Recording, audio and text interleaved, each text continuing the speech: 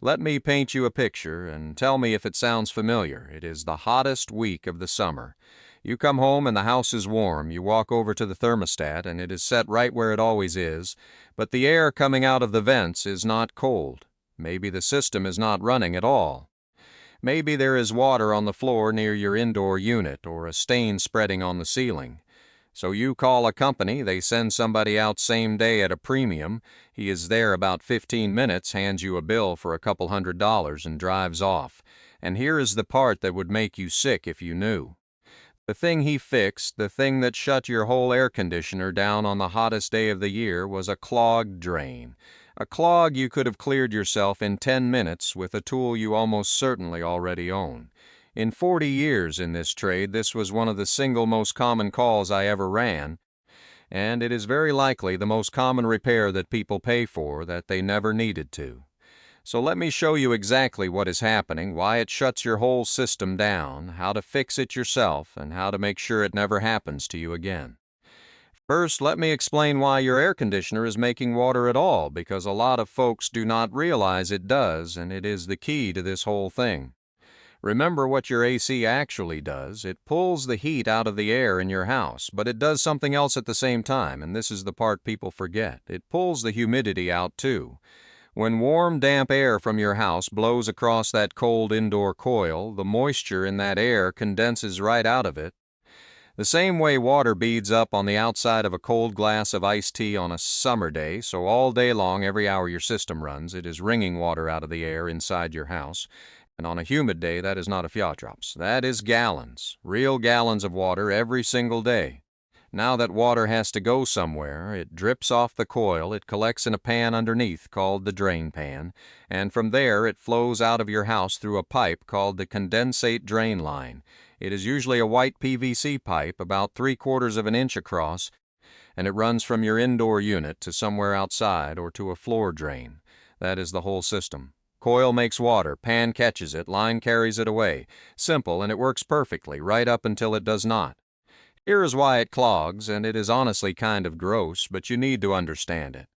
That drain line is dark, and it is constantly wet, and it is carrying water that is full of the dust and dirt and microscopic bits that came off your indoor coil.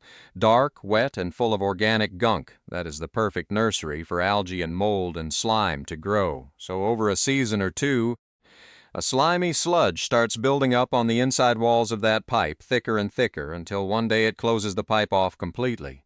Now the water has nowhere to go. It backs up into the drain pan, the pan fills up, and it overflows. And this is where the manufacturers did something smart, and it is the thing that confuses people the most. Most modern systems have a little safety device called a float switch. It is a small sensor that sits in the drain pan or on the line. When the water backs up and rises too high, that float switch lifts up, and it shuts your entire air conditioner off. Completely dead, it will not run at all. Now, most homeowners, when their AC suddenly goes stone dead in the middle of a heat wave, they panic. They think the compressor died. They think they are looking at a $4,000 disaster, and they call for emergency service in a cold sweat. But that float switch did you an enormous favor.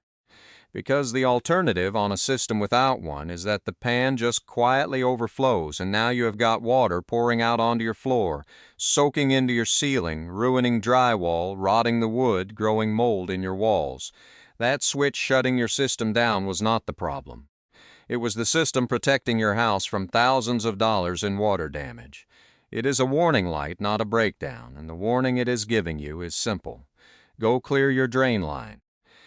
I want you to really sit with how common this is, because I do not think people believe me when I tell them. Over the years, on the hottest days of summer, the days when the phones in every HVAC shop in town are ringing off the hook, a huge share of those frantic calls came down to this one thing. A guy would drive across town in traffic, sweat through his shirt, spend 15 minutes at the house, put a shop-vac on a pipe and clear a clog. Then he would write up a service call for the drive, the diagnosis, and the labor, and the homeowner, just grateful to have cold air back, would pay it without a second thought. Nobody was necessarily cheating anybody. But that homeowner paid a premium emergency rate for a problem that a $2 jug of vinegar would have prevented entirely, and a 10-minute chore would have fixed. That gap between what it cost them and what it should have cost them is the whole reason I am making this video. So let me show you how to do exactly that, and I promise you, for most of you, this is genuinely easy. Tool you want is a wet-dry shop vacuum. That is it. That is the whole special equipment list. Most folks have one out in the garage already. What you're going to do is go outside and find where that white PVC drain line comes out of your house. It is usually near the outdoor unit, poking out through the wall down low, and it will often have a little dribble of water or a stain underneath it where it drips. That is the exit end of the line. Now you take your shop-vac and you put the hose right up against the end of that pipe. If it does not seal well, because the pipe is smaller than the vacuum hose, you can wrap a rag around the connection to make it snug, or there are little rubber fittings made for this. But honestly, a wet rag balled up around it works fine. You want a decent seal so the suction goes into the pipe and not around it. Then you turn the shop-vac on, and you let it run for a couple of minutes. What is happening is that vacuum is pulling from the far end, and it sucks that whole plug of slime and sludge and standing water backward out of the pipe straight into your shop-vac. You will often hear it when it lets go, a gurgle and then a rush of nasty water into the vacuum. That sound is the sound of you saving $200. When you are done, dump that vacuum out well away from the house, because what is in there is foul. For a lot of you, that is the entire repair. Clog gone, water flows again, the float switch drops back down, and once the pan drains and dries out, your system fires right back up like nothing ever happened. Now, some systems give you an even easier way to get at it. Near the indoor unit on that drain line, a lot of setups have what is called a cleanout. It is usually a T-shaped fitting with a cap on top that you can unscrew or pull off. That gives you a way to see down into the line and to flush it from the top. If you have got one of those, you can pull that cap and look. If you see standing water sitting in there, that confirms your line is clogged downstream, and your shop-vac at the outside end is going to clear it. Once the line is flowing again, here is how you make sure you are never standing in a hot house making that panicked phone call again. This is the prevention, and it is the part the service company has no reason to ever teach you. 2 or 3 times during cooling season, you go to that clean-out fitting near your indoor unit, you pull the cap, and you pour something down there to keep the slime from growing back. Now, there is an old habit of pouring bleach down these lines, and I want you to be careful with that, because bleach can actually damage certain pans and fittings, and it is harsh stuff. What I always preferred and what a lot of pros use is distilled white vinegar. Just plain white vinegar. Pour about a cup of it down that clean-out, put the cap back on, and let it sit. The vinegar goes to work on the algae and keeps the line from sliming up in the first place. Do that a couple times a summer, and that clog that shut your whole house down simply never gets a chance to form. A jug of vinegar costs a couple of dollars, and it lasts you years. Mark it on the calendar if you have to. The start of summer and the middle of summer the same way you would change the batteries in a smoke detector. It is that kind of small, boring, once-in-a-while habit that quietly saves you from the big, expensive surprise.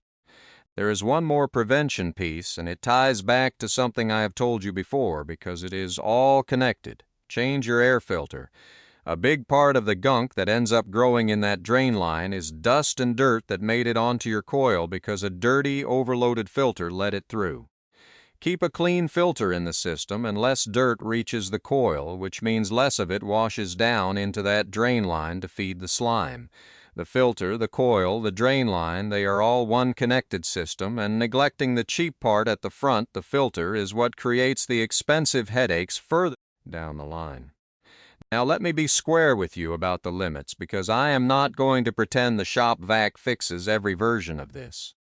Most of the time, a clogged drain line is exactly what I described, and the shop-vac clears it, but once in a while there is something more going on.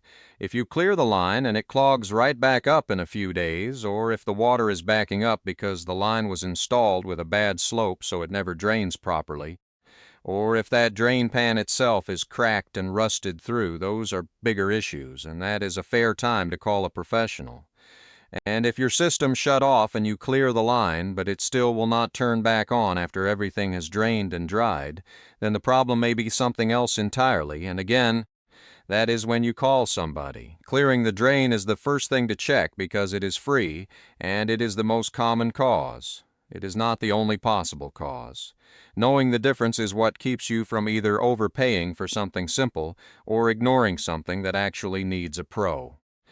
And one honest safety note, because it is a wet job near equipment. If you are going to open that cleanout or poke around the indoor unit, and especially if there is standing water around an electrical unit, go ahead and shut the power off to the air handler at the breaker first. Water and electricity near each other is always a reason to kill the power before you get your hands in there. The shop-vac work at the outside end of the pipe is about as safe as a chore gets. But the moment you are working right at the indoor unit around wiring, power off first. Here is what I want you to really take away from this one.